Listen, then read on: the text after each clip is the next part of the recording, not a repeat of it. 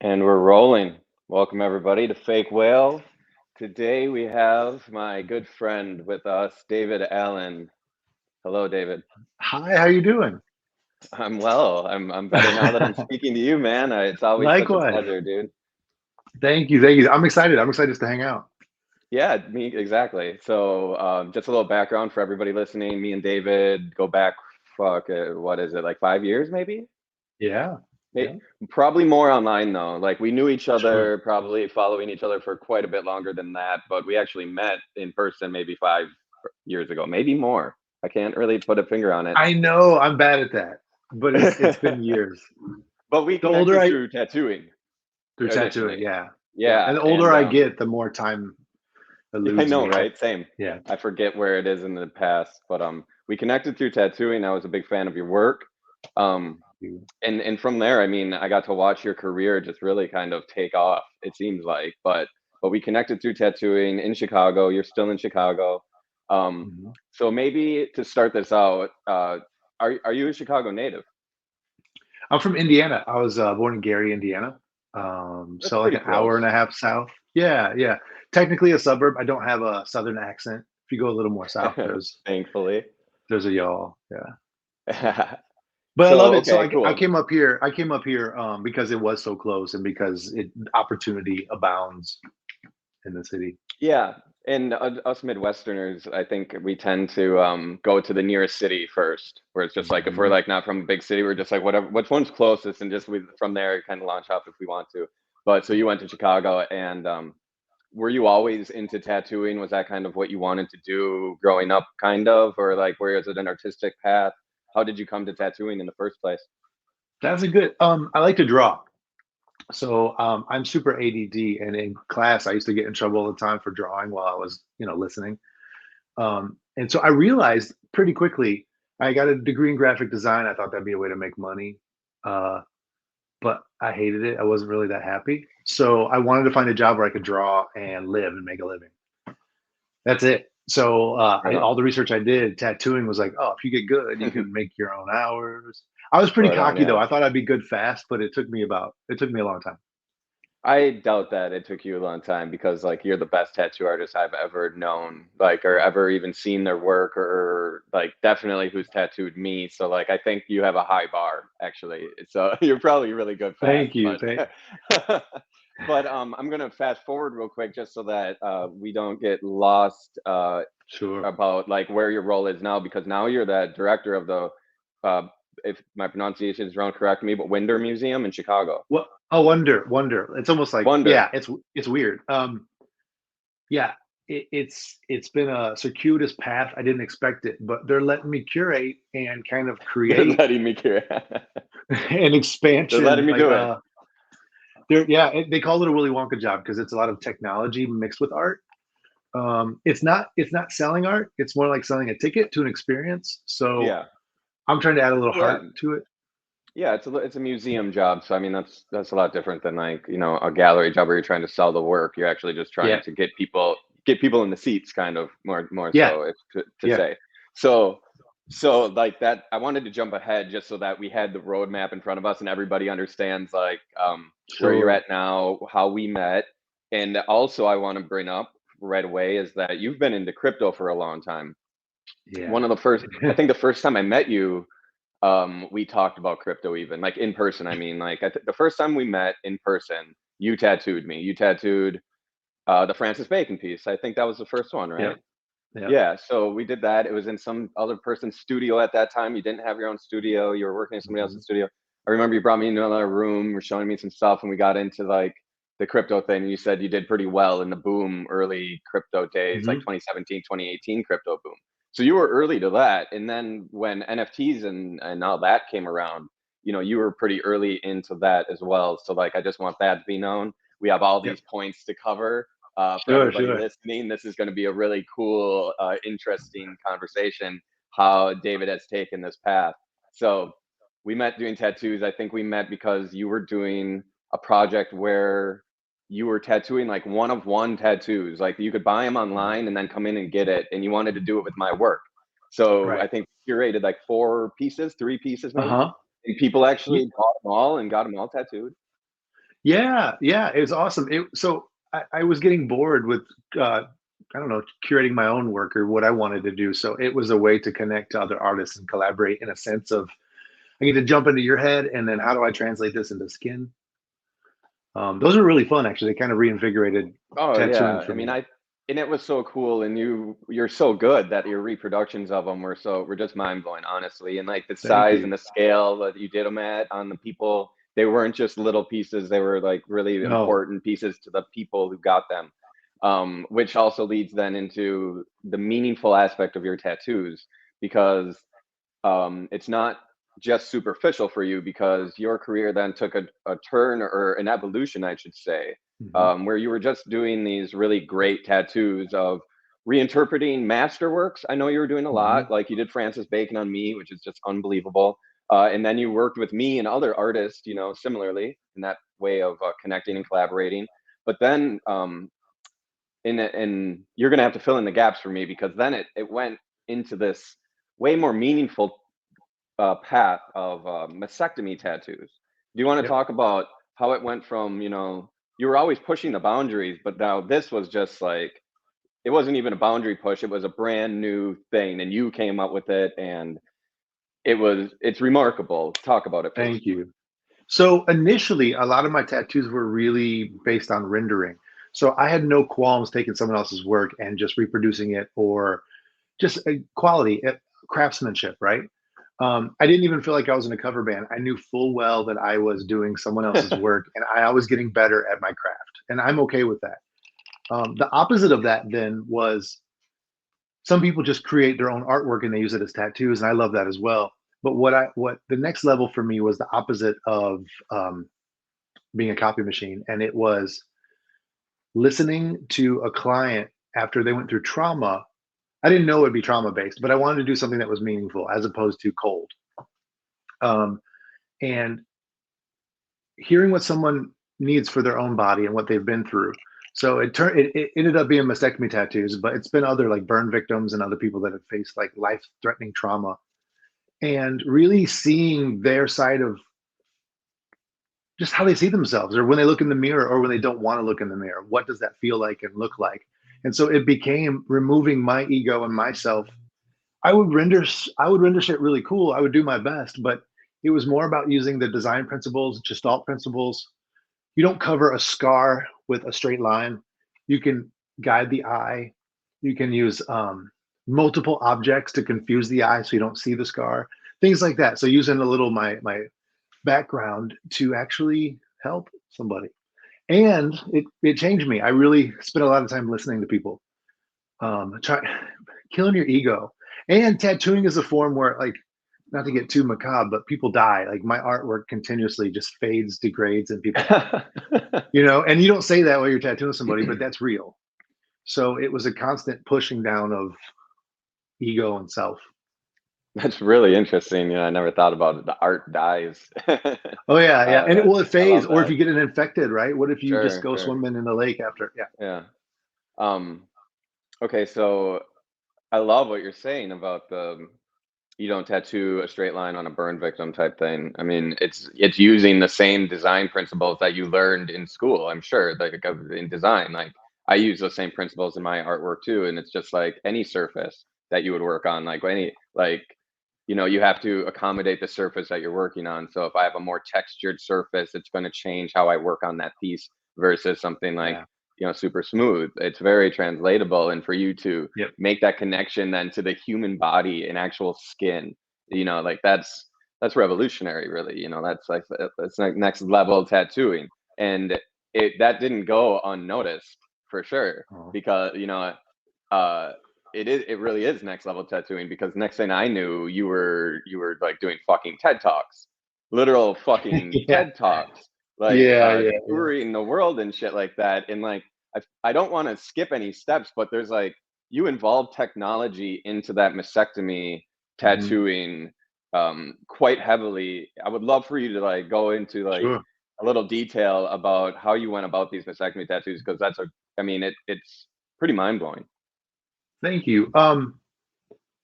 I realized in the process that listening was key, right? And really being curious, like losing any judgment I had early on. And so what I started to see was that the way people saw themselves was off, or it was based on they have their own context and they know how they were and how they are. All of that to say, I needed another way to show people what I was going to do. They've been through trauma. I didn't want to add trauma on top of it. So I wanted a way to show them more. And so initially that just ended up being Photoshop, right? I take a photo and I've been using Photoshop since version 2.5. I'm 43 years old. So like I could like put a tattoo on someone's body really How do you easy. remember that? How do you remember what version of Photoshop you had? I remember because it was weird. It was red and there was an eyeball. I remember it. That's I was hilarious. sitting in my mom's kitchen and she had no clue what I was doing. And you're So, pirating software. No. oh no, I was. Yeah, back then I was. Now I actually pay. Um, Yes. so that helped because it gave them an idea or a semblance of what the tattoo was going to look like. That alone allays fears and concerns, right? So the next step was then learning how to scan them volumetrically.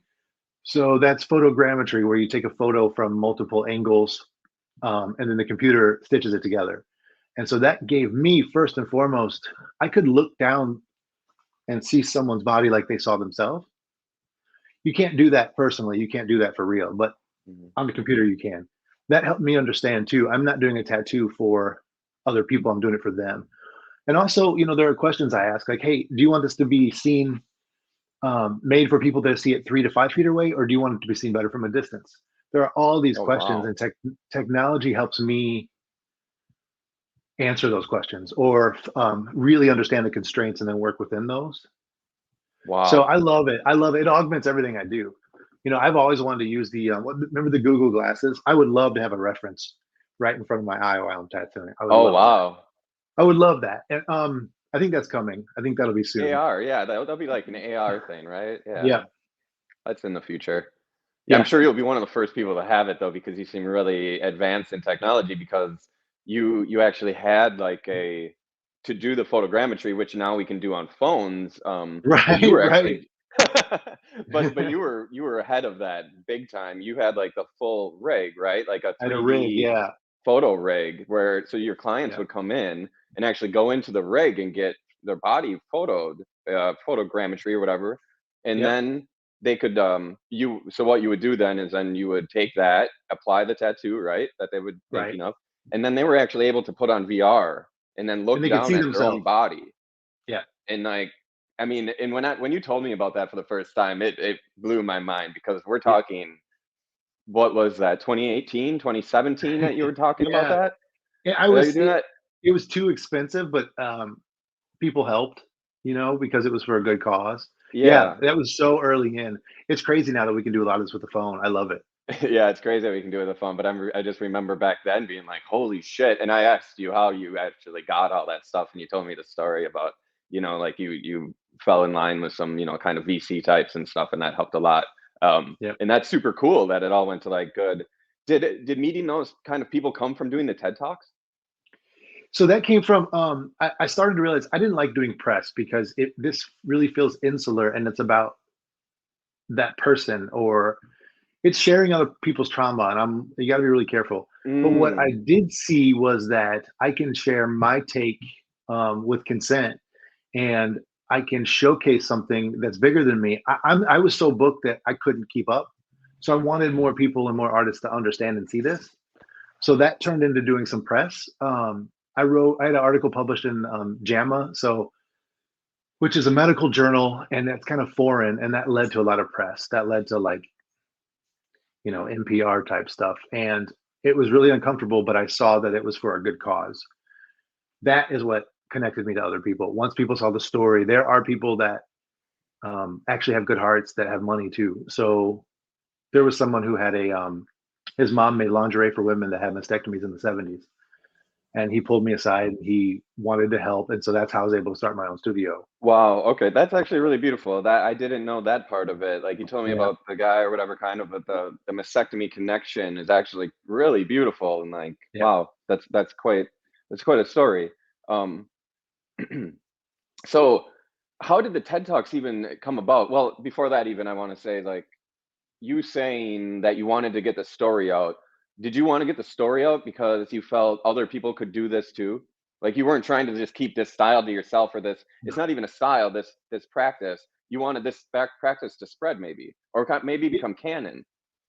Yeah, yeah, it's twofold. One is I realized that this is an idea of hope. Not everyone wants a fake nipple tattooed.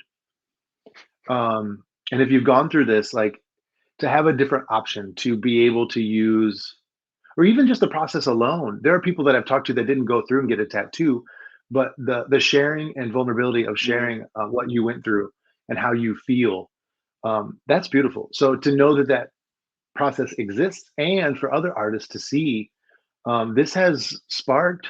There's a lot of people now that are doing not just mastectomy tattoos and but trauma in general, or even remove scarring. There's a lot of people that have been emotionally scarred, and now there are sensitive tattooers, or there are empathic tattooers. Oh yeah, yeah, definitely. I saw a Truly, tattoo artist. Yeah, I had tattoo just the other week with someone who does like Reiki tattoos or whatever, like wow. and like Yeah, I can't remember what she all called this stuff, but yeah, she did like full ritual practice tattooing type stuff where yeah, you like lighten. Yeah. So, anyways, yeah, there's all kinds of yeah. that kind of stuff. Yeah. And that actually Um. goes back to the history of tattooing. Tattooing was more than what it became, like Oh Sailor yeah. Jerry and rough. Yeah, and there's beauty in that too. But initially, tattooing was sacred to some tribes, right?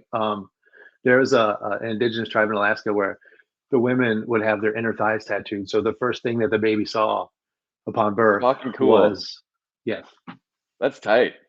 yes, Wow. Holy shit. That's mind yeah. blowing. I'm So gonna be thinking about that. I love isn't that. that cool? Yeah. So Um. it's bigger. It's a lot bigger than, and it feels like it's going back to that. Wow. That's really Yeah. cool. And I mean, you touched on the native thing.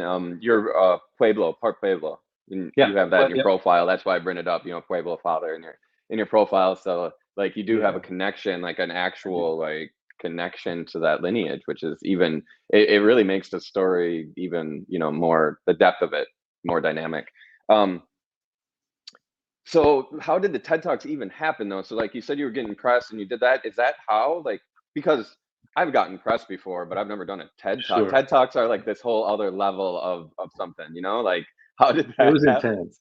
It was intense. Well, so like I'll also say I remember talking to you. You told me the story about you had this I was telling you about jet lag or something. And you were Oh fucking yeah. like, "Oh, I downloaded this app, bro." You're like, "I've downloaded this app that told me when to nap because I literally toured the world." You said, like, I literally toured the world, and it was madness. And so you had this app, and you were telling me about it. But that's how I know about like your world tour. But I would love to Oh hear yeah. more about it and like how it came about. Like, is there an organization called TED Talks, and do they just hit you up like, "Yo, we heard your story, and we'd love for you to tell it in front of a bunch of people, and we're gonna tape it." Right, right. So kinda. The tour was, I did my first like product. It was weird. It was a hair straightener, but it made a lot of I sense. remember I that know. too. Yeah, You also it did was yoga, weird. I don't mean to I laugh. did. I'm just laughing because it's all No, I coming did. back to Yeah, me. Like, yeah. So the hair straightener made a lot of sense though, because this place GHD, they had done, it's called Good Hair Day. It's huge all over Europe.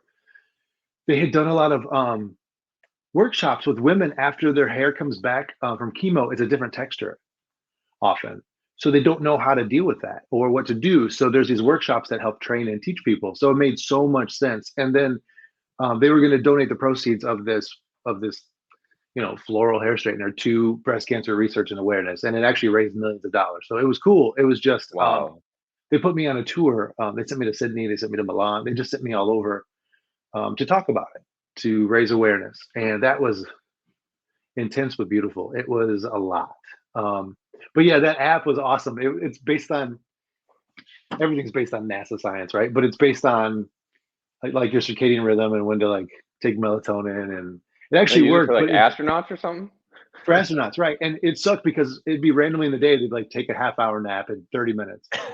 So you'd be like, shit, okay, I gotta go take a nap. But it worked. It really kept me going.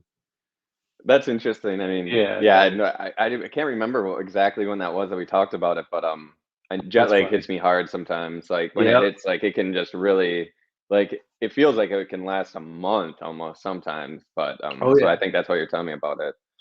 So I the, bet you, the I bet you it was the last time I saw you, which was what, last December?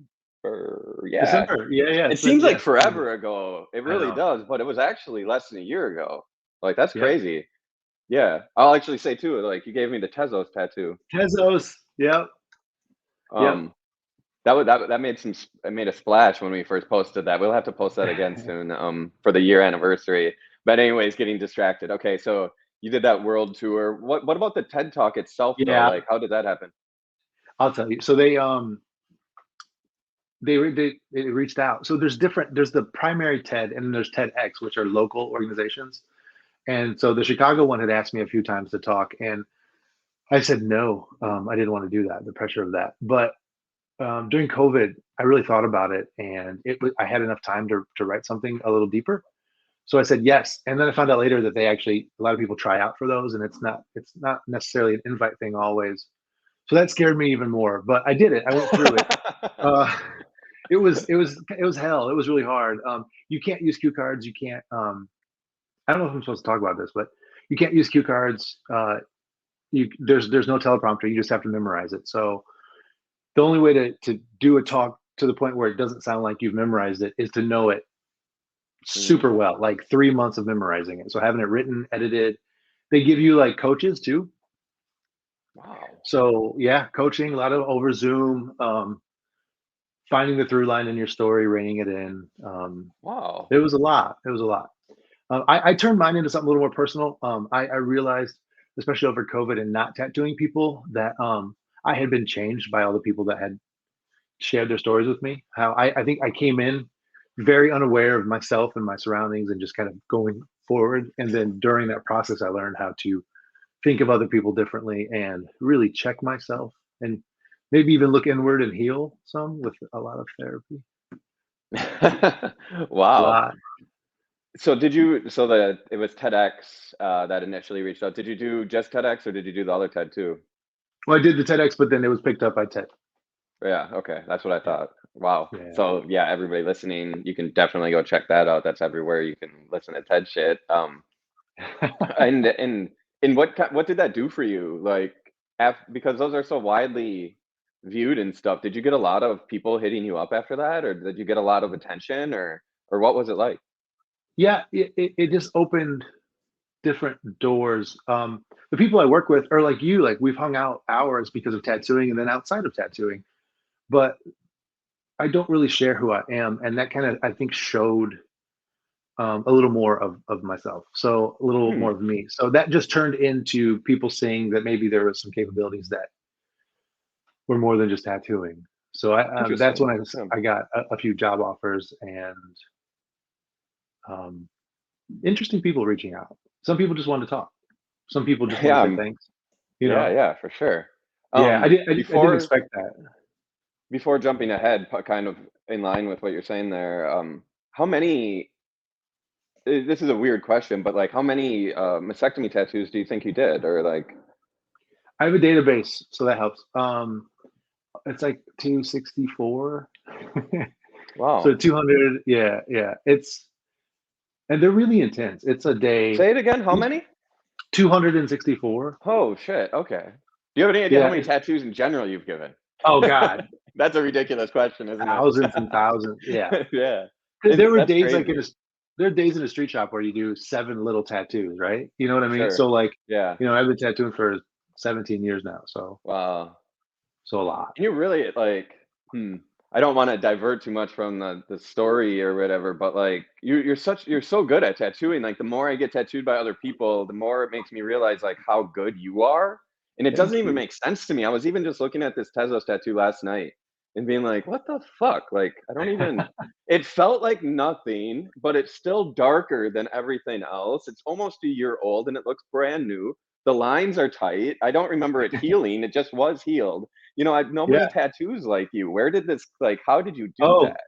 I had a cheat code. The cheat code is I spent so many years tattooing scar tissue. It's like batting with 2 bats. Ah. Right. So once you tattoo skin that's not scarred, it's really easy for me. Oh, So okay. That's in yeah, that makes all the sense in the world. And I think you mentioned that kind of or alluded to it a little bit, but yeah. But yeah, crazy, like way simpler tattoos that I have, or like whatever, don't turn out nearly as good or whatever. And it's just like, I don't even get it, man. Like I showed people this Francis Bacon one that you did, and it's just people Yeah, are just like, what the hell? I And love the that. spider, like you do all my good tattoos, like all my good. You know, you did these bats too. Last night I was Yep. sitting here thinking like, okay, what did David all do? Yeah, fuck. Okay, so I've actually sat with you 4 times. Hmm. Cool. Well, okay. So, anyways, just No, that's random good. That's good. diversion. Well, and that's a side of So, tattooing that people don't know. Like you don't know people have a different hand, a light hand, a heavy hand, or oh just yeah. like the bedside manner, the conversation, all that stuff. That stuff matters. But also being aware of the depth, the elasticity of the skin, the density Hmm. of the skin. So that first 5 minutes, all tattooers are gauging you and how fast to run the machine, the stitch rate, how does your skin Wow. respond. We don't talk about that Yeah, stuff, but yeah. we're I figuring mean, you there's so out. much. Yeah. No, that's super interesting. Like, yeah, people don't really think about that, Mm-mm. and then all the ways that you can vary in those little details. I mean, you're a perfectionist. I feel like. Do you think you're a perfectionist? Yeah. Okay. Yeah, with my art, my head is my heart and mind is not. I'm a little more abstract and uh, That's well said. eccentric. I Yeah, relate. But I yeah, but definitely the two feel a together, kinship with you.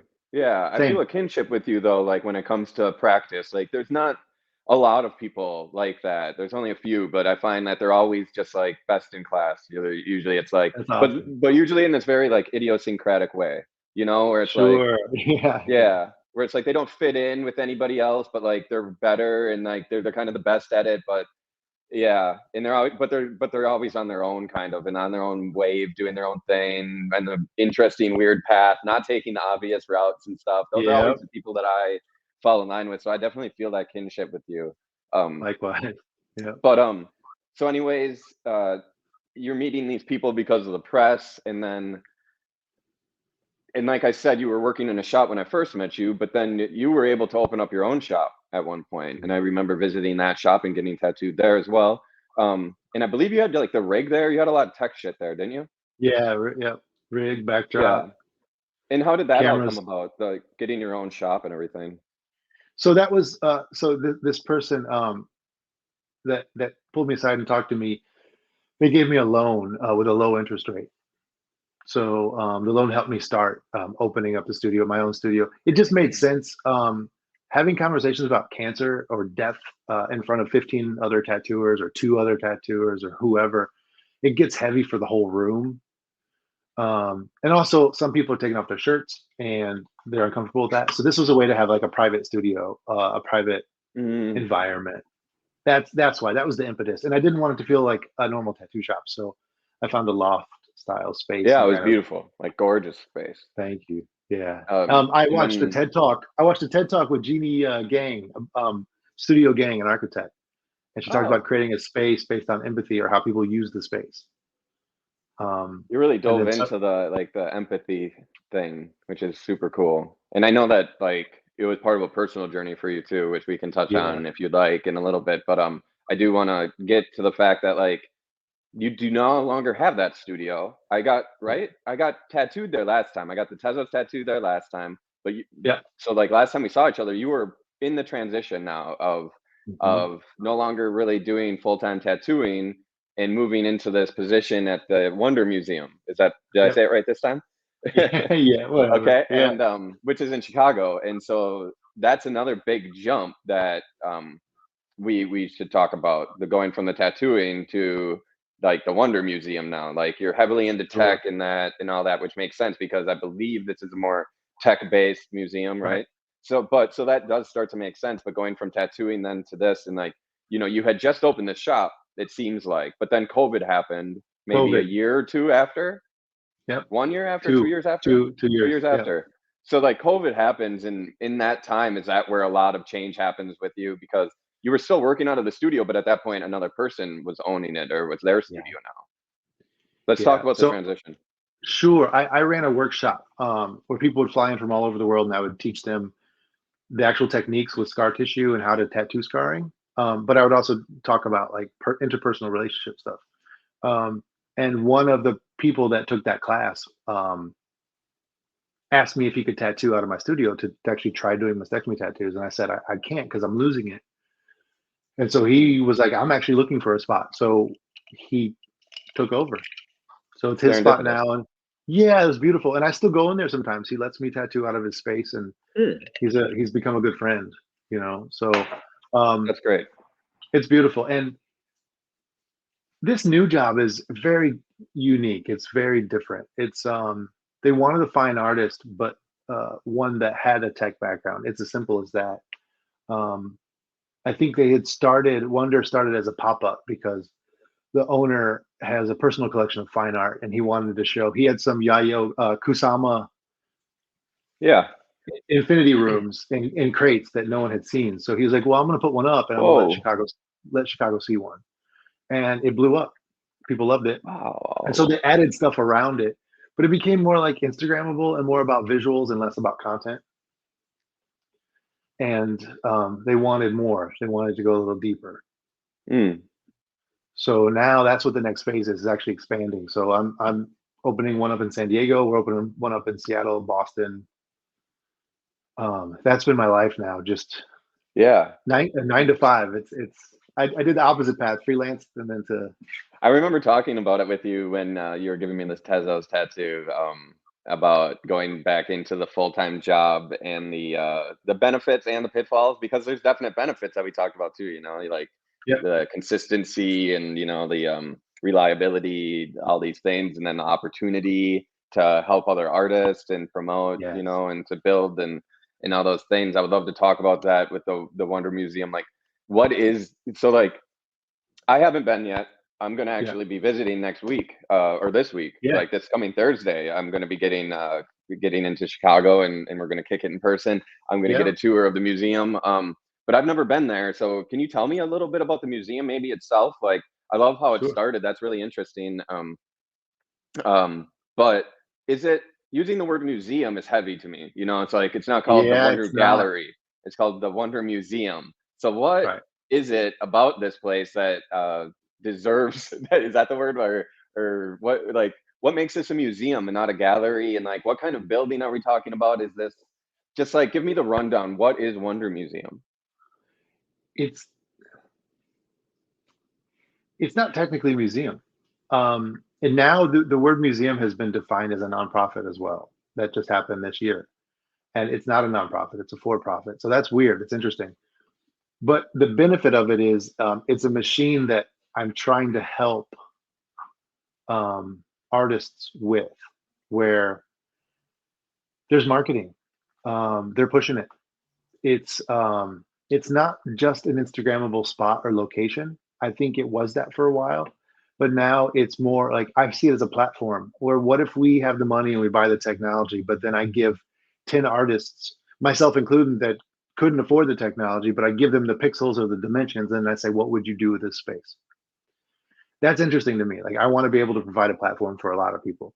So I'm also showcasing the work of people that are not, some are making it in the fine art world and some are not. The fine art world seems like a lot of gatekeeping to me, and this, some of it's not, but um, I don't, how do I say this? I hate that. I really want to connect with artists, and I want to see what they could do in the space.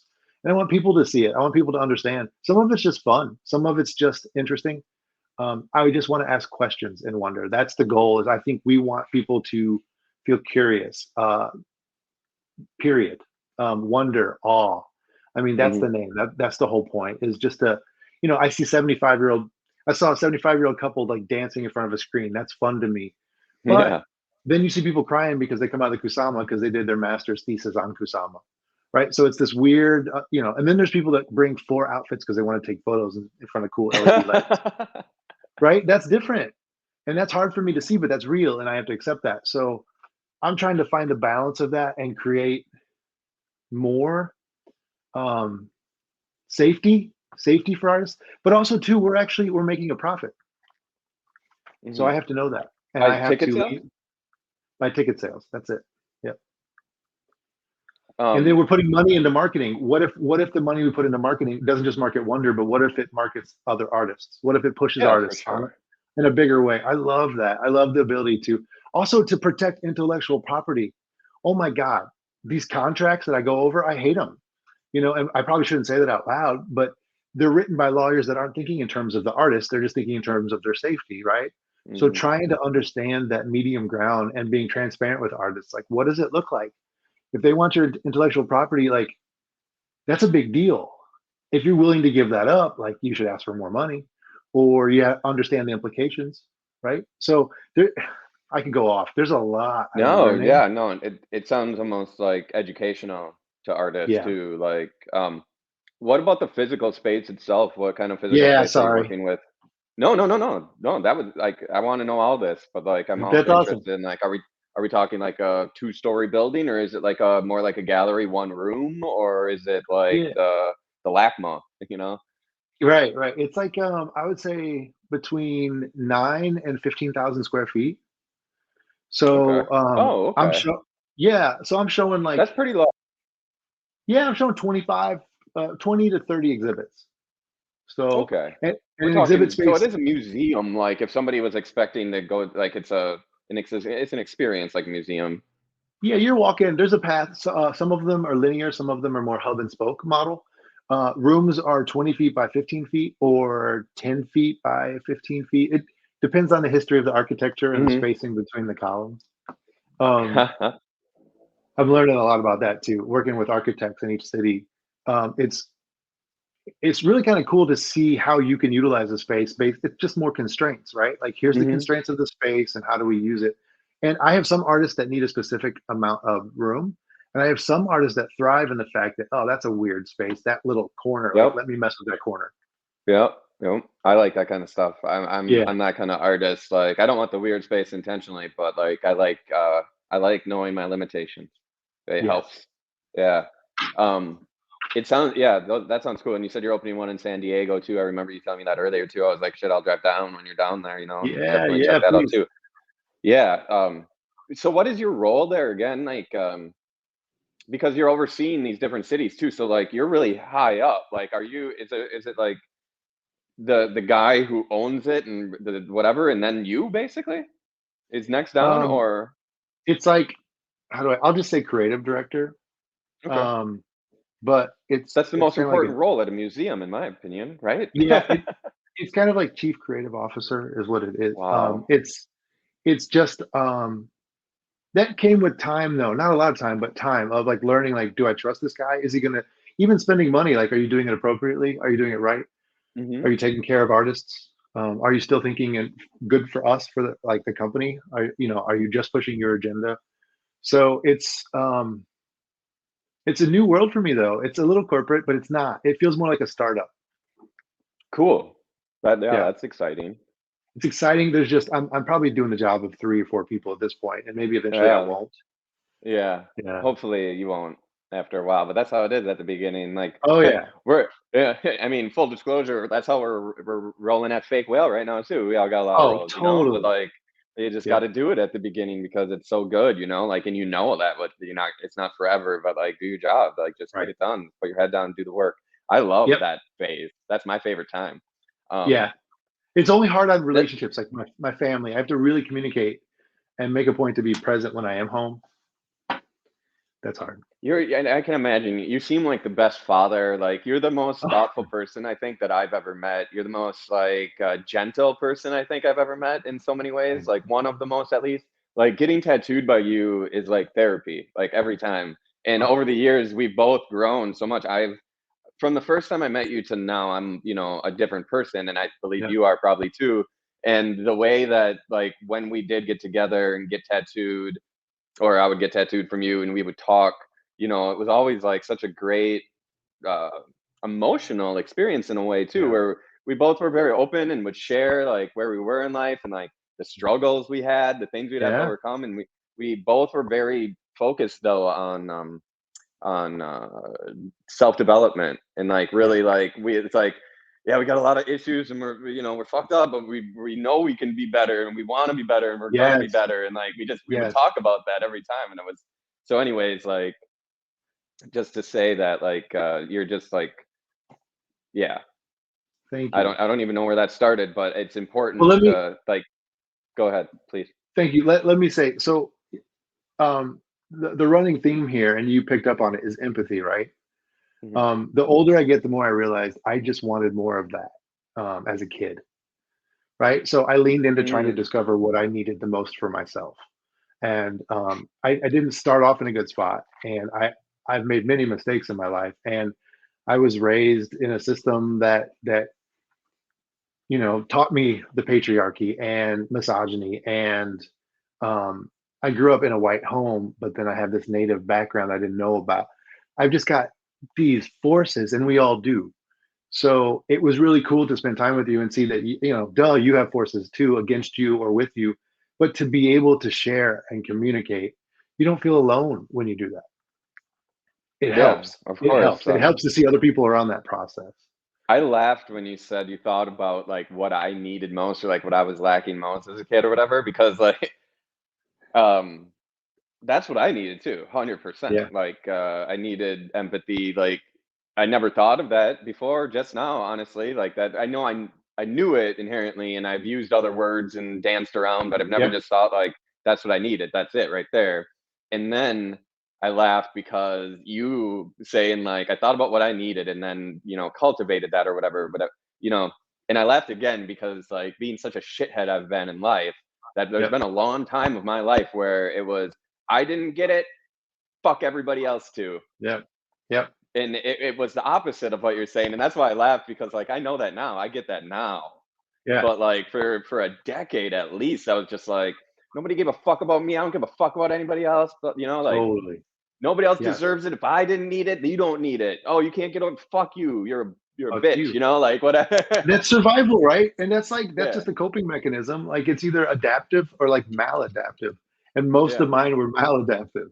Yep, It's yep. it's I the was same. completely maladapted. Yeah. I Yeah, leaned yeah, yeah, into yeah. it. I Yep. think, when you go through a lot of trauma in young age or whatever, you get real confused, like because you Yes. lean into those things thinking, no, like this is how I feel better. Or like Oh this is yeah. better, like Hmm. because you don't want to go through it. It's instead of, like going through it, it's like try to go around it type thing. Yeah. Which is it makes so much sense. But what's crazy is we exist with those coping mechanisms we developed when we were 4 or 6 or 10. We just stick with them. Sure. Unless you look in. I think that's what a lot of Yeah. midlife crisis is. That's what it feels like to me and my friends. It's just like, oh shit, I actually have to look inward. I have to look at myself. Like the way I'm responding to shit is hurting everyone around me. Yeah. You think that's what a midlife crisis is? Well, for some of my friends, that's what I see. Yeah. It's like Oh, they're around a oh, certain I age. guess that makes sense. It's funny because I've never like related or understood the midlife crisis thing. I was always like, I remember being like 20 and being like, am I in my quarter life crisis right now? Like, is this my teen crisis when I'm like Right. 18? Like, I'm in crisis all the time when I was younger, Totally. Like, so like the midlife crisis never made sense to me. I was like, you're waiting for it to the extent that like I don't, it will never happen to me. Like that will never happen to me because I've been through all the crises already. Yeah. There isn't one anymore. I've been like too looking inward, but but I mean, this is That's an good. interesting point, and like, yeah, I mean, we're diverging a little from the That's all right. story and getting into yeah, it's fine as long as you don't mind being a little personal. But like, No. um, I actually appreciate that now. At the point I am in life, I appreciate the fact that I went through that earlier. That I know, Yeah. like, I don't have a midlife crisis coming my way. I don't have the normal things because most people have the midlife crisis because they didn't ever, you know, uh, internally search, Yeah. for the first 40 years of their lives, and then all of a sudden they're Yeah. like, oh my god, my life is half over, and I don't even know myself. I've never Yep. even, and that to me, that's what I've always saw as a midlife crisis, and I've always laughed about it because I was like, when I was 25, I was thinking about midlife crisis as being like, I'm in a crisis right fucking now. Like, what is this? Like, I think John Mayer even had a song called Quarter Life Crisis or something, some bullshit like that. But I remember hearing it and being like, yeah, I get that. Like, I don't get the midlife crisis. Like, who are these people that got all the way to 40 without having to? But it's Oh yeah. it's trauma and it's these things that Hmm. happen to us that force us to. So I would never give away my trauma for anything because No, it you're right. changed me into what I am. And now I find myself in a much better position than the people who skated through life up until they're 40, 45. And then it's just have the hard realization of like, I have no idea who I am. Smack in the face. Yeah. And I think, Yeah. and I'll speak for myself in this. Losing my father, losing loved ones at an early age sucked. It sucks. But, and I wouldn't, I don't, I wish it was different, but it has given me a lot of introspection. It has Hmm. really exactly what you're saying. Like, I can't do anything about it. I can't control it, but I'm forced to look inward or go crazy. Hmm. Well, Yeah. do you mind a little? I No, no. like, I know your father passed away when you were young. How old were you? I was 6. Okay. I was 6. I And never was met it him. okay? Yeah. But I even think. No, go ahead. Sorry. I was, well, I was just gonna say, because I think about this all the time. I lost my mother, Yeah. as you know, at a young age. Older though, 13. So I got to know her, I guess. But I mean, my mind was destroyed throughout all that trauma that it might, as you know, like I have a Sure. very fragmented, hardly any memory at all type thing. But I was just thinking yesterday that like it doesn't even matter if you knew your parent or not or whatever. That if they died when you were young, it forces you all your life to Yep. examine the idea of death. But it's more than that. It's like it's not even examine the idea of death. It's that you live with death all of your life. It's not a foreign thing. It's not a thing that like, oh, I'm worried about that in the future or like Right. whatever type ordeal. It's like, no, death is something that's next to me as soon as I wake up every day. And it's next to me when I go to bed every night. The last Yep. thing, like Yep. death is with me all the time. I read, I don't even remember where it was, but it said, part of me already exists in the land of the dead or something, or a part of me already exists in the realm of the dead, as a comment towards like the idea of dying when you're older. It's like, well, I'm already partially dead. Like I already exist partially in the realm of the dead because my mind is there with my mother all the time, a piece Dude. of me Oh, literally. Do you know what I yeah. mean though? You just got me. You just tore me apart. Yeah. Yeah. I didn't know early on that a lot of people, like my friends, they don't think about death every night before bed and wake up thinking about it. And Yeah. I do that. You're exactly right. It lives with me. It lets me be present. It lets me, even if I'm down, be thankful. It's weird that I exist. It's weird that we exist. It makes you think of existence more. Those existential thoughts constantly. You're It makes so me think of right. non-existence more. That's true too. It makes me I think don't of like know. non-existence more. It makes me think of like it Yeah. make like because I'm thinking about this other thing all the time, or it's not even like that you're consciously thinking of it all the time. It just exists with you all the time. Yeah. It's like a running process within you all the time. The way that you view everything, like your perspective is like irreparably changed by it. So like Yep. your lens is through it. So And I'm yeah, I mean, so aware of the loss. I'm so aware of what didn't happen. well, I'm the so aware absence. of the Like the absence. absence And becomes a huge presence, and that alone is such an interesting yeah. concept that people don't understand. When an absence can be the biggest presence in your life, like Yeah. it flips your mind upside down sometimes, of just like, I don't even understand what that Yep. fucking means.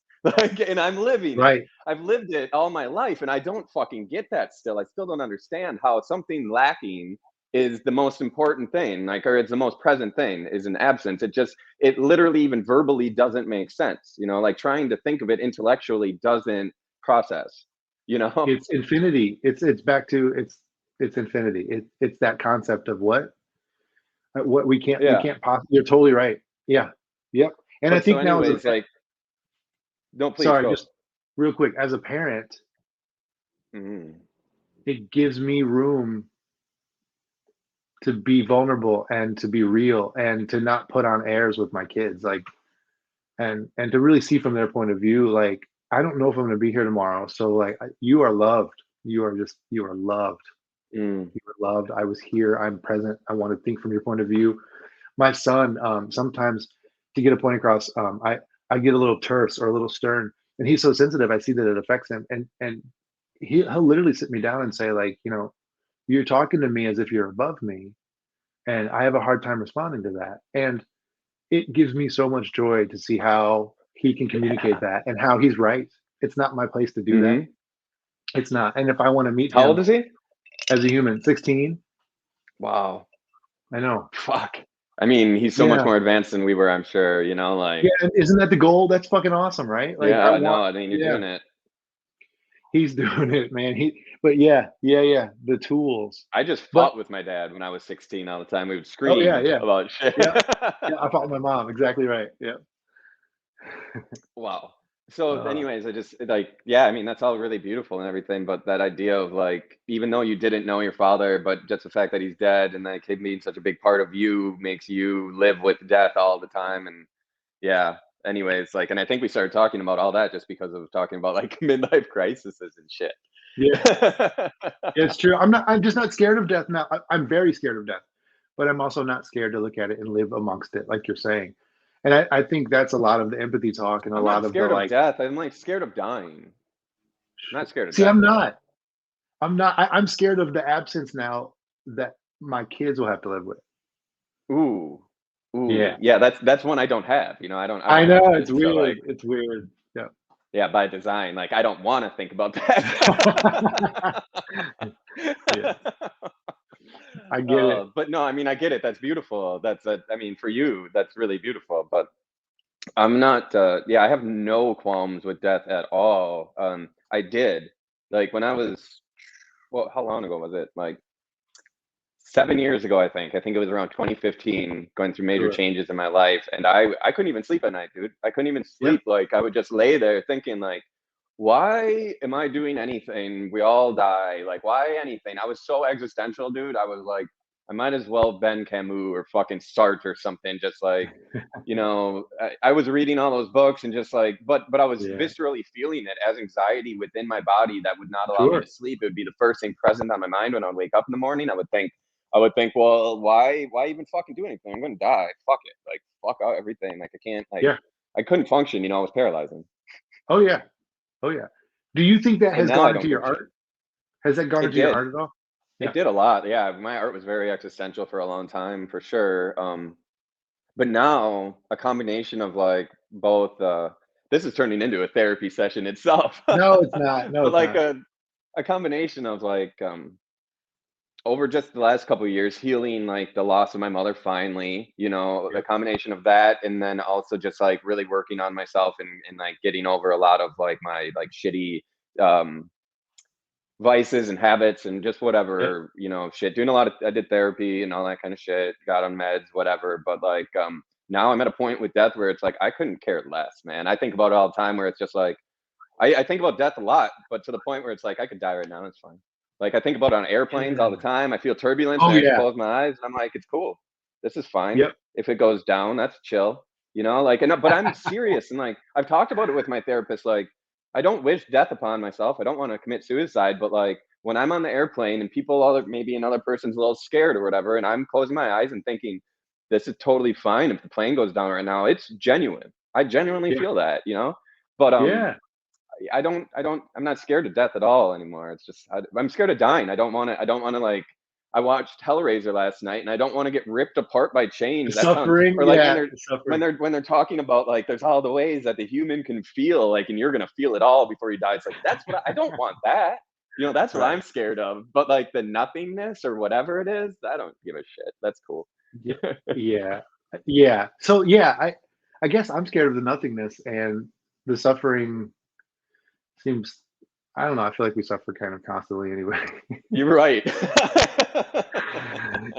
Physical pain, it really does pale in comparison to some of the Yeah. emotional struggles that I know we've both dealt with. So, like, you're right about Yeah. that too. I Yeah, guess yeah, more so yeah. than that, even like with death, it's like I guess I don't want to sit in a hospital bed for a month. That's more like the Yeah, pain of yeah, yeah, dying that yeah. I don't want. Yeah, yeah. Yeah. But I I don't. I I understand that. wouldn't allow it to happen. I don't think. You want to talk about death more? Should we just Let's just like? talk Should about death we the fill rest the of rest the of the yeah, time with just yeah. death talk? Well, Well, but here's. the beauty of it Go though ahead. is that it leads into it's just really silly, but life and the abundance of what we can discover in what we're creating and why and the process. Like we're talking about a process, which is our life, right? Like there's a beginning and an end, but we actually get to be present in the middle of something. Um, I know we're talking about death, but without that, for me, I wouldn't really enjoy creating and making in the middle. Mm, Yeah, that's beautiful. it's Um, true.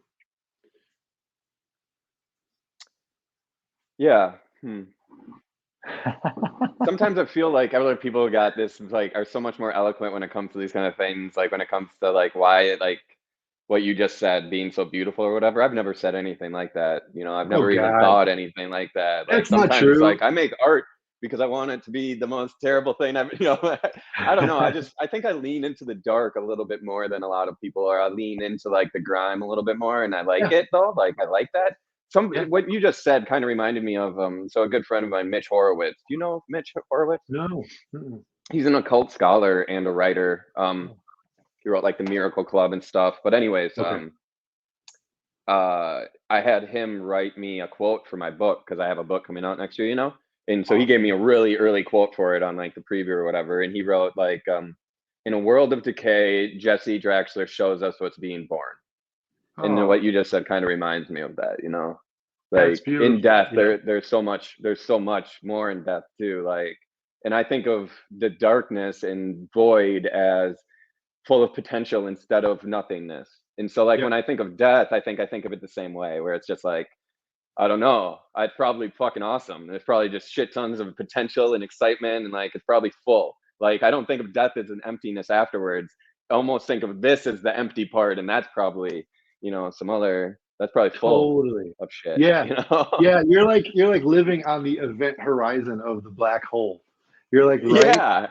right Exact dude, there. that's really well put. I I'm like gonna that. remember that because, that really is, like, how I think of it more than I think of it one way or the other, like, living on the event horizon. I've always Yeah. thought of, like, the brink kind of is where I like to live, like an edge, but, like, to think of it as the event horizon of the black hole is a really interesting way. I feel like my mind is living on the brink of a black hole at all times. Oh yeah. Oh yeah.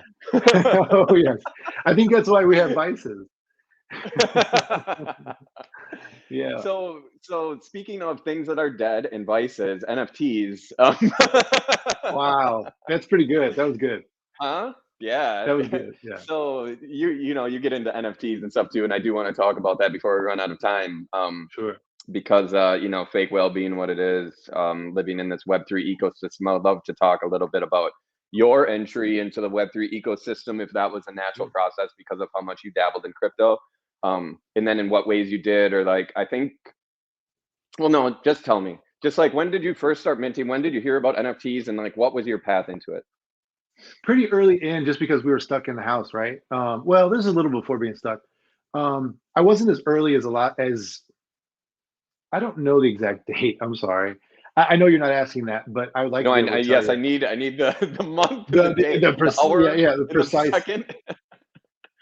You never know. I actually could.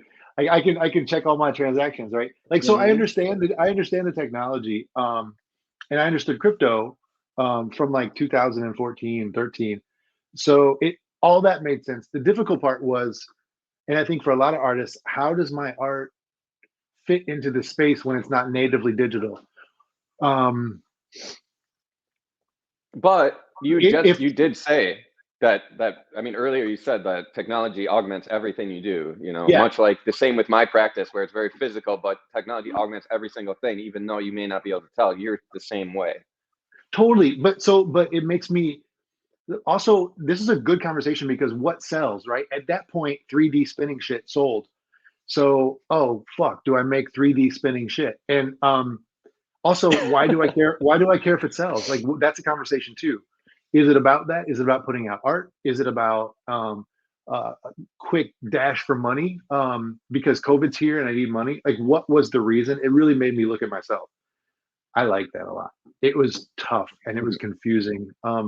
Now I don't feel that way about it as much anymore. A lot of stuff has been pushed aside, and there are things that are rising and things that are steady and things that are beautiful. Hmm. It's just it was really fun in the beginning, and it still is fun. But it was a way for me to, hey, what do I have to say? I spent so much time working for a client and for clients that this was a. I do oil paintings for myself, but like, what do I have Hmm. to say and show the world or put out there? What matters to me?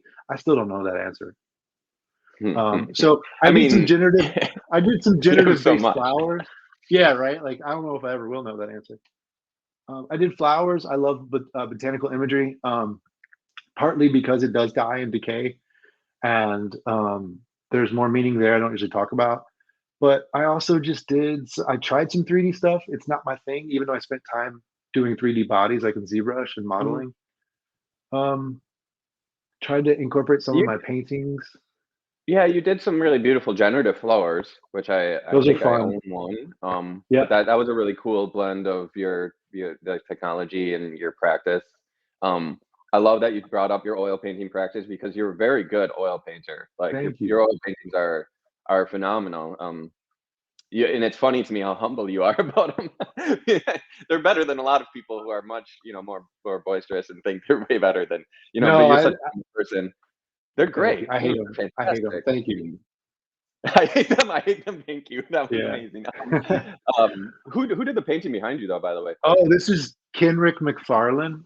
Um, it's a weird, other like a side. lot of his, yeah, yeah. A lot of his paintings have, it's like a liminal space of like not, it's all midtones. This one's kind of Yeah, ethereal it's beautiful. and yeah, it's cool. It's really I nice for the collect a background lot. of the video too. It fades back, but also like is a nice presence. Um, Oh yeah, yeah. so yeah, She's you're an hanging oil out. painter and everything. So you're minting an object. Was that where you first, or not an object actually, hen, or like where did you mint first? Um, Shit. I don't remember, but I do meant on Hen first. You Before Hen, there was one other one, Zora. I think it was Zora. okay? And And are you on then foundation too? Yeah, you're on I'm foundation. on Foundation. Yeah. I really love the Tezos community. I actually, in all the Wonder Museums, I bought a bunch of the WIM screens, and they're telling me they're going to connect a Tezos wallet to the WIM screen. I'm crossing Fuck my yeah. A fingers what screen? because WIM, WHIM, Okay, what is that? it's like a fine art screen like behind you, but it's pretty much for fine art or for NFTs. And you can upload content Who makes onto that? it, but I think it's just called WIM. It's like on a Oh, okay. whim.com. And Oh, I'm going to be showing Tezos work in all the museums dude, that's cool. because it fits with the community of what we're doing. Like I don't know, it's fun No, curating it's that. great. Yeah, we need more of it, and there's something about how easy it is too, where it's like if you got a screen, like you can put up, so much work so easily and stuff, like to integrate that into the programming, or even if it's just like the fucking lobby of a museum, that's cool, Yeah, like. yeah. Well, and that's what I um, like. I want you to know that you can do it yourself. Or I would like some of these exhibits to be a little more open source, where if you go to the website, like you can see a list of the technology used to make the exhibit. Like you oh. yourself can have fun and figure it out. Well, this is great because you're bringing it up yourself, but I wanted to ask about like the connection, if at all, between Web3 and the Wonder Museum. And if maybe you're the Yeah. one going to be ushering that in, if it's not there yet, it will be soon, or no, they're having NFT shows. What's the deal? Yeah, it's there's a stigma still a little bit of people that don't know. So I'm even careful with the word NFT, which it sucks that I have to be. Yeah, I But was so just I'll, gonna I'll say, call it just don't call it NFT. Just it's say it's digital digital art art. Who or it's gives a art. shit? Yeah, yeah, yeah. That's the path. But yeah, absolutely. So I just want to showcase it. A lot of our work is participatory or like interactive, but some of these pieces are so interesting. There's actually some really quality work, not just random animations, but really cool work, really thoughtful work. If you can spend the time like plowing through and perusing and finding things. So I want to show it, and I want people to also know that they can do it themselves and they can mint their own. I What do think you mean by do it eventually, themselves? so every exhibit's different. Some actually has technology. So like jumping away from NFTs for a second, like some of our exhibits use Touch Designer and then a Microsoft Connect sensor, and then I've got two projectors, and then I have an Intel RealSense sensor in the ceiling. I want you to know that because sure, it can be mysterious and fun that a work is interactive, but I also would like for you to be able, like the 12-year-old nerd in me would love to have that, and it's a safe Okay, space for people of all colors to be able to come in and see like, no, you can build this and you can create on your own. And like I said, okay, if technology can augment and help, I think it can help people's practice too. So with NFTs, what I like about, especially Tezos, the accessibility. The pricing is one thing, even just minting. I remember minting on Foundation and having to pay money I didn't have just to mint. That was okay. It was fun. I liked that risk, but I really am big into accessibility and as open source as possible. I was just gonna say, like, you want to do open source museum programming. So Yeah, I that, and like mean, when you say do it yourselves, like I thought you meant just like just want people to know they can do it themselves. Put up a TV in a place and put NFT art. That's what I thought you meant. But you actually mean like you want to give the schematics of like how you pulled off yeah, this technological feat so that people can yep, do it themselves, which is fucking cool. I mean, it goes hand in hand with your entire kind of mission statement. It seems kind of like you have a real kind of power to the people vibe, an yeah. almost revolutionary spirit to you in that way. It's important. I come from, part of me comes from a people that uh, were what's it? There's no nice way of putting it. Just eradicated. So Uh, so to be able to I don't know, empower anybody, even just in creativity. There's healing in leaning into your creativity, or leaning into it's all introspection. What do I think? What mark do I make? How do I feel about this? What can I show? What do I want to communicate? And if I can give you tools, and if you can give me tools, like, it's just back and forth. Like, let's grow as a humanity, right? As people, period. Um, Absolutely. and it's really fun to Yeah. see artists come in and see what they do with the space and think differently, and have talks with artists and communities. And here's a room that's 20 feet by 10 feet. What would you do? And to see really what they would do. They might do hair braiding in that room, or they might project onto the wall. Like, we have people have wonderful ideas that are completely out of what I know or what's normal to me, and I want other people to live amongst that. That's awesome. It's I love it. I love fun. it. Yeah, and I love the idea, just like give the people the tools kind of thing and see what they do with it as part of that whole thing. So you're talking about seeing what the artists do when you give them these opportunities, et cetera. How do you go about your curation at the museum then? Like, you said you want to bring NFTs into it and everything. That's great. You love that community, but you also then brought up, early on it started with Kusama, which I mean, Right. that is museum grade material to have these installations and crates. Many museums would have shown Kusama, and they always turn into the Instagrammable fucking, Yeah. the thing, which I would like to talk on a little bit, but not yet. But so as far as like your curation and like how you're choosing the artist, how you're finding the artist, is there a level of artists that so, like, you're showing Kusama, is it important that you show artists of that level continuously then? And, like, how are you finding these artists? And, like, what is the dynamic, I guess, of finding the artists that you're working with? What kind of art are they doing? What level of their career are they at?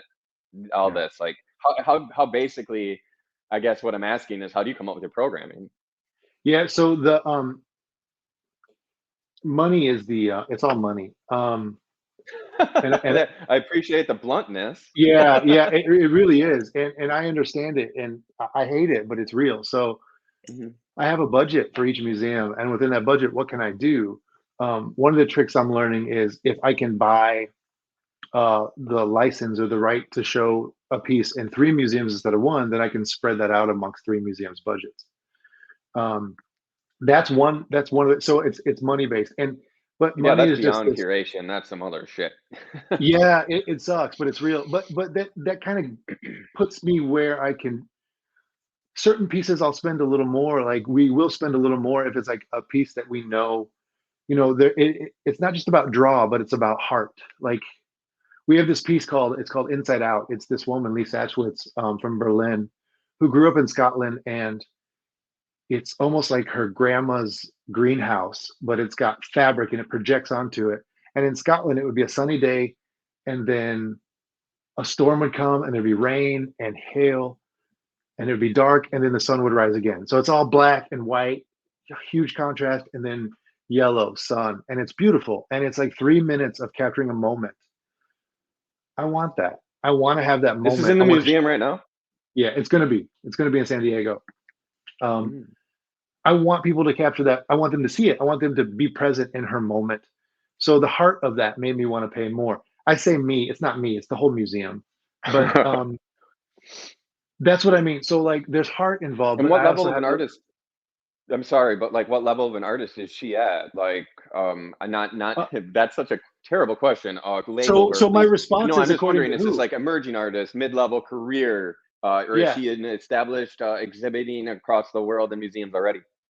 Well, so yeah, so my response to that is according to who? Like really, like um this piece is shown at it showed in Dubai, and I think it showed at in Paris, Palace de Tokyo.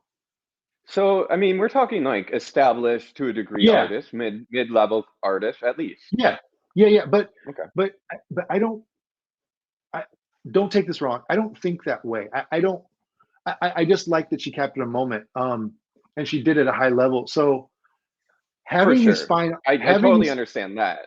From an yeah, artist yeah. perspective, I don't want to. I'm not trying to like I really know, box anything in. I'm just more trying to understand because like if you were to go to the LACMA with an emerging artist, no matter how cool they were, they would say sorry.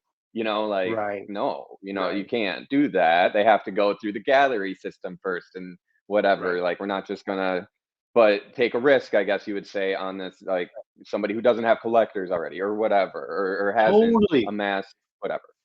And that's why I like that you're asking it, and I that's why I want to be clear on my answer, not to say anything to you, but to be clear because this is going to be public.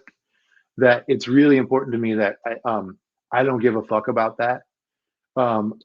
I really don't, because I think you can create work, and people may not have marketing behind them, or they may not have a team that makes money from the person's money. I'm going to be careful what I say. All I'll say is that a lot of my friends, a lot of my coworkers have good eyes and good hearts. And I'm finding that the connections I've made in life and that they have made in life are opening up doors to pieces of work that are beautiful, that are moving, that spark curiosity, that are weird. Um, I think that's how we're curating. That's Uh, cool. there are there are Um, people too. Like there's a kid I'm talking to in India, Dennis, who is working with like teens and helping them, and he's like 20 years old, and we're trying to figure out a way to get him here to create a piece. Like it, cool. yeah, the whole gamut. I mean, that's yeah, that's what I was wondering. I was just wondering if like, is Yeah, this an opportunity for you to actually like help raise up some artists that don't have the opportunities or like people who are 100%. unexposed and you're able to use it to help people, not like, oh, you haven't shown here, you don't know them, then I'm Right. sorry. Well, and a lot of these artists, like if you offer them money, they'll take it because they actually need money. That it sounds silly, but that's beautiful to me. Like, and I understand also not selling to certain people No, because that's it a may not. huge help for an artist.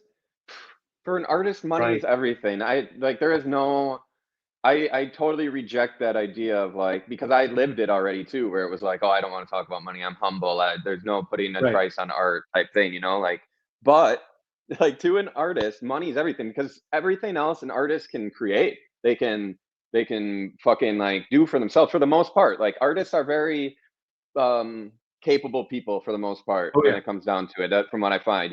But the one thing they need is money, like, Totally. and it helps them so much because it gives them freedom.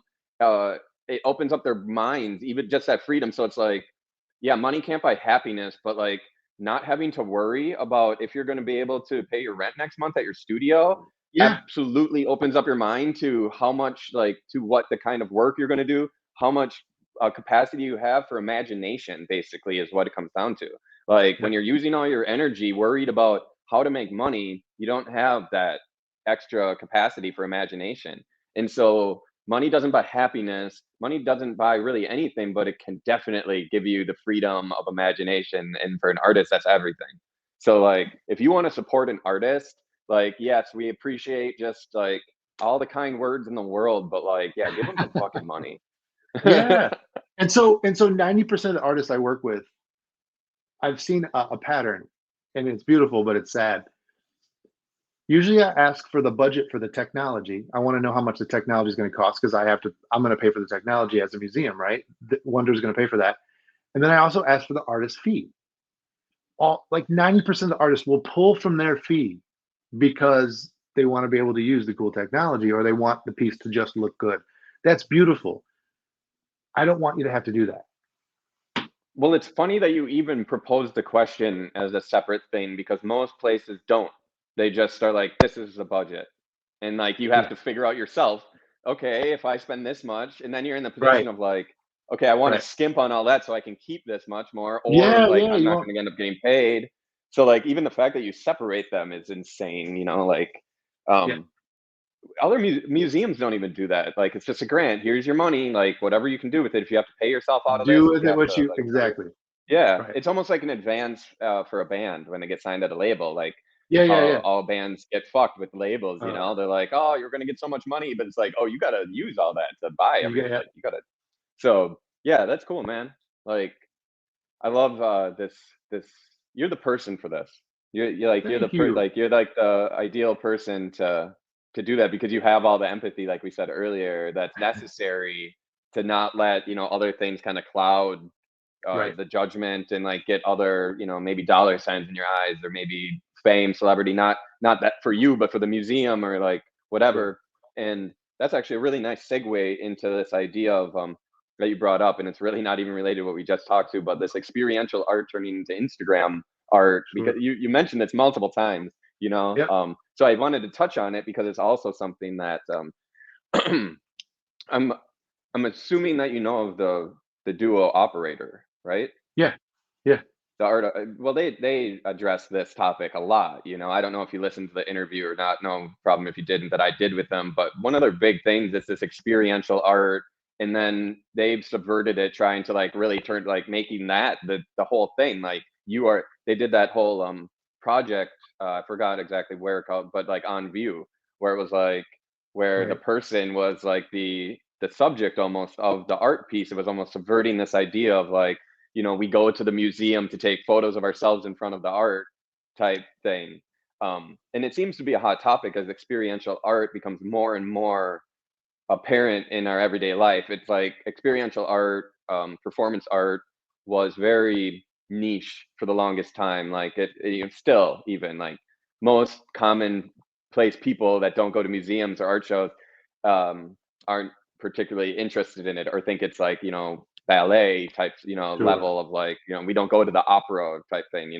But experiential art is becoming very commonplace with pop-up galleries that are meant to be experiences of even like not art things like a museum of like ice cream or some shit like that, right? Or whatever, like these Mhm. things are popping up that are meant to be experiential.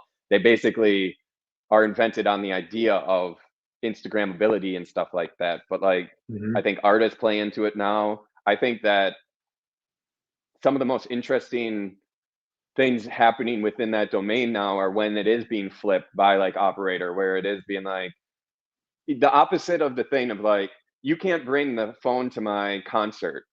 It's the opposite of that. It's like everybody bring your phones to the concert. Everybody film this concert type idea. But I just like you seem to have the opposite idea of like this is bad. Like we want it's art. It's not meant to be the backdrop for your Instagram photo. And I know I just rambled forever and there's so much No, in you're there, but good. it seems like the museum is kind of heavily into this idea of experiential art, kind of, and art that's Instagrammable. Where do you stand on this? And like what are you doing about it? Or like how are you involving social media in this new dynamic we're in where it's no longer separate from reality, but it's actually Yeah. part of our social fabric now. All I can control is myself. And so I feel like if we as a museum put our heart into what we're doing and curating and we're lifting up someone else's message, um, I can't make sure that that lands. I can't do anything about that. Um, I can try to help. I can also offer information, context, uh, cues. But even that is that leading the witness, right? Ask questions. So I can't stop the fact that people are going to take photos and bear witness and prove that they were there. And I don't want to. I just want to maybe encourage someone, or maybe something so interesting and they're so present that they maybe forget for 10 seconds to not take a photo. Mm, Or um, on a flip side, this is a little heavy, but like I only have like 10 photos of my dad, and I need those. So I'm okay with people capturing moments. I don't know why. I don't know their heart. I don't know why they're doing it. and it could be for another weird coping mechanism where they want Mhm. validation that they're doing something. I don't know what they're doing, but I do Mm. know that there's heart into this. Like, so, like Museum of Ice Cream, I visited. I wanted to see. It's not my thing, but they did something to a high quality. The fabrication is great. Like, it's insane, incredible. I almost made a word of those two. Um, Yeah, I heard. I know, it was close, but it's just not my thing. And I see what it is. But I also saw families enjoying a moment without their phones and having fun, and that's fine. That's beautiful too. So I Mhm. think we all kind of can have our lane. Um, I just don't want, for me personally, I don't want to get hung up on what people do with what we put out there. The beauty to me is that it's your interpretation, right? So I don't want to spell out the art I create to anybody. I just want it to kind of be. Now, I also don't want to be obtuse. I love and I'm learning a lot more about conceptual art and the history of conceptual art. And there's some really cool ideas and fun ideas and like silly ideas. Fluxus got really weird, and that was fun. Um, and then when it wasn't fun, they kind of disbanded. So it goes both ways. So I just know I can't control it. So my take is I'm going to do the best of what we can do, and whatever you do with it, like have fun. I don't care. I can't let myself put weight on that because it's out of my hands.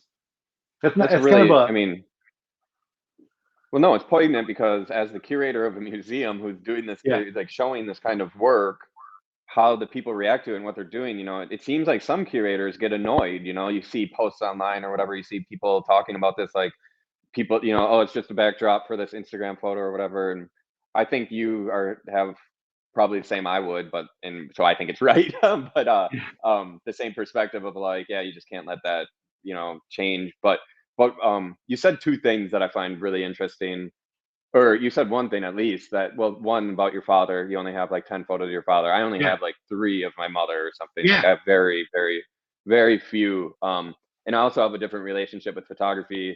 Like for so long, people would be always saying like, oh, you just take so many photos, you're not present in the moment. And that's commonplace. People always say that. People still say yeah. that, I right? know. Like it to me, it's funny because like they don't understand though. Like for them, that moment lasted a moment, maybe forever in their memory in some context. I can take this photo and the way that I'm gonna edit it, the amount of time I'll spend on the photo to like turn it into the way that I Yes. saw this moment isn't actually the way you saw it. And let me show you. And I can change the lighting. I can bring out the part I want. And now this is actually one of the most like memorable things that's ever happened because I Yeah. took a fucking photo. Like Yeah. I love subverting that on people when they're like, "Oh, you're not in the moment." And it's like, no, this moment lives forever now. Yeah. Like because of Yep. because I took this photo. So like that's a subversion of it. But also, I want to bring up that I find it really interesting when so like at the beginning of technology is always pushed against and then it just kind of gets integrated, blah blah blah. And I'm really fascinated, just like I love pushing against things, don't get me wrong, but it's more like Yeah. existential things and societal factors. When it comes to technology and stuff, I'm not gonna ever gonna be like the like, no, we're gonna, so like when it comes to this idea of like, oh, everybody's just going to museums to take photos in front of the art. I'm like, fucking dope. What do we do with that? Like, how do we like what do we do in response to it to make that interesting? And so like when I see artists that are using that, where they're using the spectator like Operator does. I went Right. to a gallery or a museum in North Carolina a long time ago. When was this? Like 5, 6, 7 years ago. And the piece that still stands out in my head is a piece that I stood in front of a screen. There was a camera, and it basically like put a filter on you. But it was like before Instagram filters were a thing where anybody could do this. But it would make you on fire in front of the screen. And I was like, this Yeah. is a shit. And I'm just sitting there. I sat in front of that piece like a half an hour filming, trying to get like the coolest one. And it really made me think of like, because it made it interactive and I'm trying to get something out of it for myself almost, it made this relationship different and stuff. So I'm really hoping that there's less of this pushback of like, keep your phones at home, blah blah blah type thing, or quit trying to document. I want to see how we push the documentation, how we Yes. how we Yeah. involve it, the person through it and stuff like that. And I just wanted to bring up the conversation because you're working in this domain every day, it Oh sounds yeah. like these considerations can get taken all the time. Yeah, and For there's a you. lot of judgment. I hear it. I mean, I've walked through Exactly. Wonder. There's a tons of judgment. There's tons of judgment. Yeah, and but it all comes from, like, if you zoom out, like, why? Like, what do you care? And you have to see their purpose. Or, like, I walked through with someone from Gagosian Gallery through Wonder, and they were sweet and they were kind and they let down the world that they're in, and they just talked about what was at hand, and it made me thankful and grateful. Not everybody can do that. Some people have their own take, and that's fine. You can have your own take, but it's okay to be present with a phone. I'm the same way. I like capturing stuff volumetrically. I'm pulling some Yeah. yeah, well, yeah, God, come on, Minority Report, when he would have the Uh, volumetric scan of his, like, kid at the beach. I want those. I want to be able to put yeah. that in and remember that moment. Oh, that's Yeah, cool. yeah, yeah, yeah. That's So funny. it is what it Yo, is. I was at the Anish Kapoor, he had Yeah, two big shows for the Venice Biennale this year. yes, Still going, I guess. I guess that goes on a year, but I went to both of them, and I was on my phone the whole time. I was doing photogrammetry scans of his sculptures, yes, like a yeah. bunch of them. The museum attendants must have thought I was crazy because I would spend like a half an hour in a room with just like this big goo sculpture, just being like, You're taking, trying to like get the whole like, thing. every little Oh yeah. angle. Yeah, yeah, yeah, yeah. Yeah, 200 photos is the max on the program I use, and I was filling them up.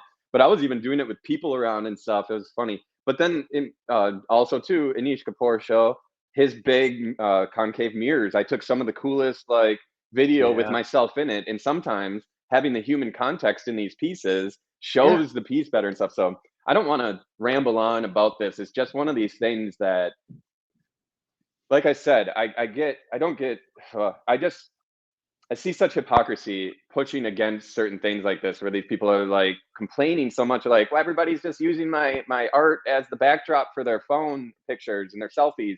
And I'm like, I love that. Please, everybody, just tag me. Just throw a tag on it though. Like, use it. Yeah. Like you're never gonna put the genie back in the bottle.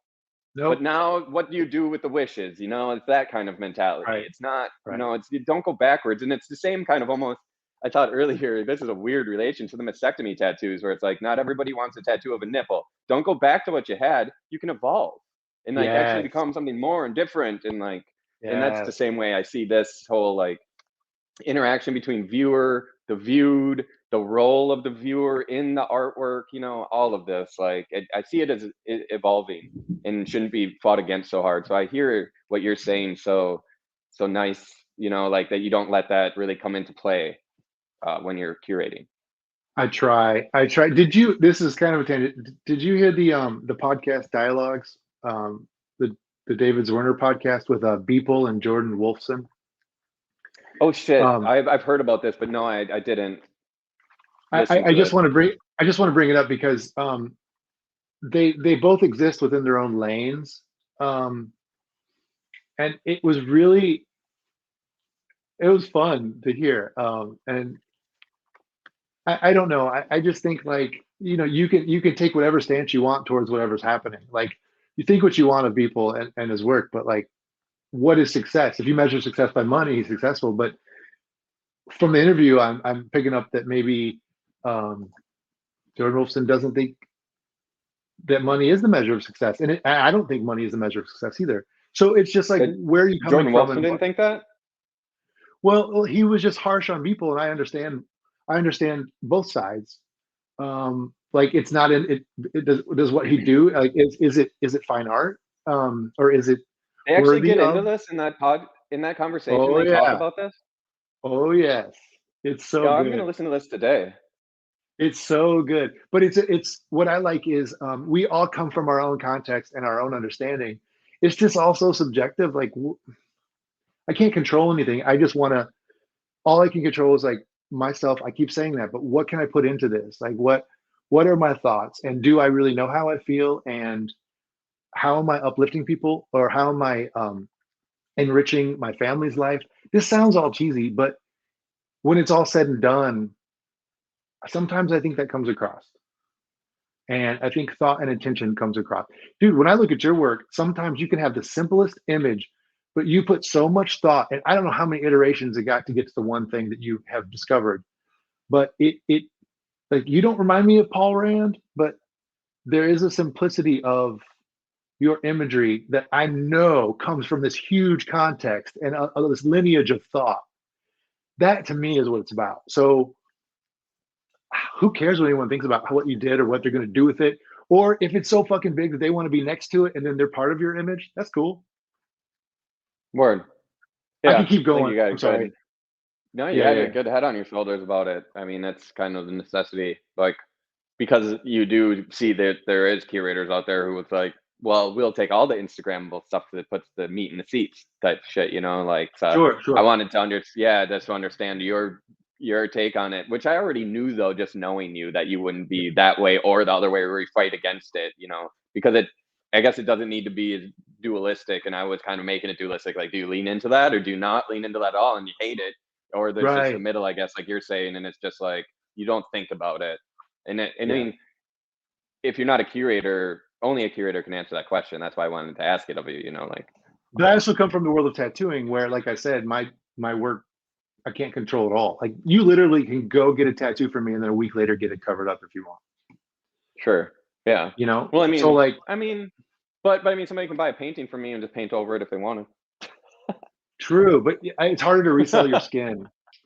to. Dude, the Jordan Wolfson Beeple conversation, I gotta listen to that. Maybe, You yeah. have to. I'm Yeah. glad you brought that up. I don't, I don't know Jordan Wolfson, like, personally at all, or even know really much about him, but like, from his career, it seems like he would gauge success on money a little bit.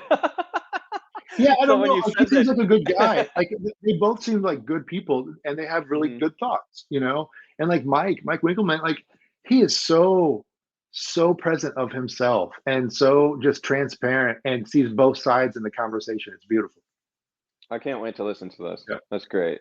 And for anybody who doesn't know who Jordan Wolfson is, he made that crazy dancing fucking Oh yeah. like disturbing android robot thing that everybody saw. It was memed like motherfucker, that weird robot with the fucking blonde hair dancing in front of the mirror. That's Jordan Wolfson. But anyways, And I yeah, I'm love gonna his check out work. that podcast. I love his work. I love both of their work. It's just completely Yeah, different. yeah. Yeah, they're completely different. Jordan Wilson's work sometimes is one of those where it's like I see it and I like it so much that I'm like, fuck that dude. Like, Yeah, yeah. for coming up with that, Yeah, like, I just it's he's incredible. so good, and yeah, he's really good. Maybe try to get him on the podcast sometimes. But does he get Do into it. NFTs at all? Probably not, huh? I don't know. I don't know. I wonder a lot about some of these people. A lot of people are getting into NFTs or like minting that you wouldn't have expected, or the people that you would have expected aren't, and then the ones that you wouldn't have expected are. Is Marina interesting. Abramovich. Yeah, that one's interesting. I think Ralph Steadman's pretty interesting. Do you know Yeah, that he's minting on yeah, Tez? Like, to yeah. me, that's huge. To me, that's like everything, because I went to college actually for illustration. That was like my focus, and he was like one of the biggest. Him and Dave McKeon were the two Yep. biggest, my biggest inspirations as illustrators. And Mhm. to see that he's minting on Tez, like, I love it. And he's doing it in like a really genuine, low key way, like not trying to do some like overhype bullshit. It's just like, yeah, I'm just an artist too, doing this with you guys. It feels like, which is cool. That's what I like about that environment specifically. Yeah, yeah, totally. So, what's coming up next for you, Dave? Like, I know I'm gonna be there this coming Mhm. Thursday. I can't wait to tour the museum. What's going on at the museum right now? Maybe we can to tie this up, like, just like what's going Yeah. on with the museum right now. If you have any personal things coming up, do you do any personal projects at the moment or no? Um, I don't know if I'm allowed to say it. It's not a big deal. I'm do Time has the Doesn't time. sound personal. Well, the timepieces, Time magazine. Um, Wow. I was asked to do an NFT for that. So that's exciting. Wow. And That's that's a personal. huge. I know it's really huge. I That's just don't know if I'm supposed to say giant. anything. Yeah, I'm really Fuck excited. it. Um, and Nobody then tell anybody. yeah, you didn't hear it. How did Yeah, that come whatever. It's about? just I just got a phone call. I guess artists are allowed to recommend one artist, and so Somebody um, recommended you. Awesome. That's yeah, it beautiful. was That's sweet. It was exciting. really Hell sweet. yeah, bro. Nice. But that's how we lift each other up, right? Like Hmm. that's how we do it. And then expansion. So I'm gonna be like pretty much living in San Diego for about a month. Um, at the end of this month, and then I'm trying to open, like, we are all in San Diego, and we're trying to open by the end of November. Holy So shit. yeah, and then Seattle is like February, and then Boston would be Whoa. like March. Okay. Wow. So I'm all in. And That's you're going to be doing a that's lot of right now. traveling. You're going to Yeah. be all over for that. That's a lot coming up. Wow. Okay. But Yeah. so when are you going to be in San Diego again? The end of this month to the end of November. Cool. So Well, I'm definitely going to come down for let's that. hang out. Yeah. Yeah, hell yeah, dude. That's cool. San Diego, good for you too. You get to like miss out on a little bit of winter, the beginning of Little winter. weather. Actually, Yeah. that's kind of the nice time. That's actually the nice time. I can't wait to come to Chicago, man. I miss Chicago Yeah. this time of year. I can't wait to go to my cabin this time of year. What are the That's vibes right. like? You feeling that autumn that autumn vibe in Chicago right now? I'm jealous of your cabin. Yes. Yeah. It's a little more than brisk, and I love it. I'm actually going to a powwow today. It's because Monday's Indigenous Peoples Day, so there's a powwow up the street. I'm saying this because the weather is perfect. There's also the marathon today here in the city, so it's just a perfect outdoors getaway because I'm always inside. Yeah, I suppose. And so this is I mean, this is random as hell, I guess, but like what is this powwow that you're going to just real quick? That sounds Oh, cool. it's there's an American Indian Center here in Chicago, and they put on the yearly powwow. So it's just different types of Oh, dancing. it's There's a yearly intertribal, thing. yeah, intertribal dancing. Just food, just everyone hanging out Hell around a yeah. drum beat, Sounds fun pretty as much. hell. Sounds like a really nice Yeah, Sunday. You bring the kid with you? yeah, yeah. Hell yeah. It sounds like a really nice day, man. I don't want to keep you from it any longer. Really appreciate your time. Thanks for spending some time with us. I can't wait to Yeah. visit the museum. Um, is there anything that you want to give a shout out? I guess not really, huh? You got You, congrats on the you. timepieces. Thank you. No, you truly. I just appreciate you. You've been an open book with me, and it's I value your friendship, and your work is great. I love your work. I love it. I don't care about that though. I value your friendship a lot.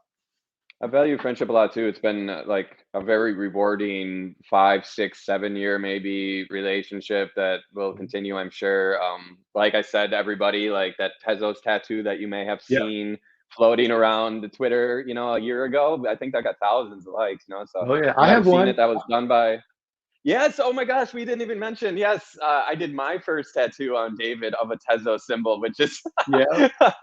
it's like a scratch marks basically, but that No, was it the healed first time I ever awesome. did it. You forced me to do it. You were like, "You have Yeah. to." That was Yeah. You got to that make was a a mark. real pleasure.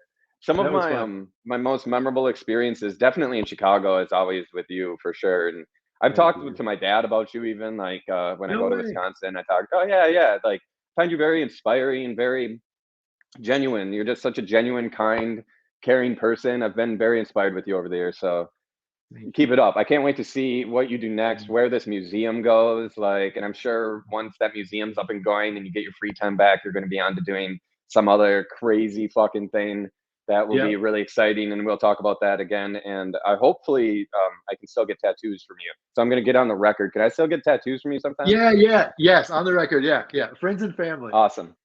Yeah. On the record, everybody, fake whale. I can get tattoos from David Allen. Still, Always. the director of Wonder Museum in Chicago, soon to be San Diego, Seattle, Boston. Um, we don't know if we're allowed to say this yet, so we're saying it anyways. Timepieces as well with David Yeah. Allen is going to be major. I can't wait to see it. So stay tuned for that. Thanks everybody for tuning Thank in. you. We appreciate you all. Appreciate you, David. Can't wait to see you next week. Cheers, everybody. Bye. Bye, everybody.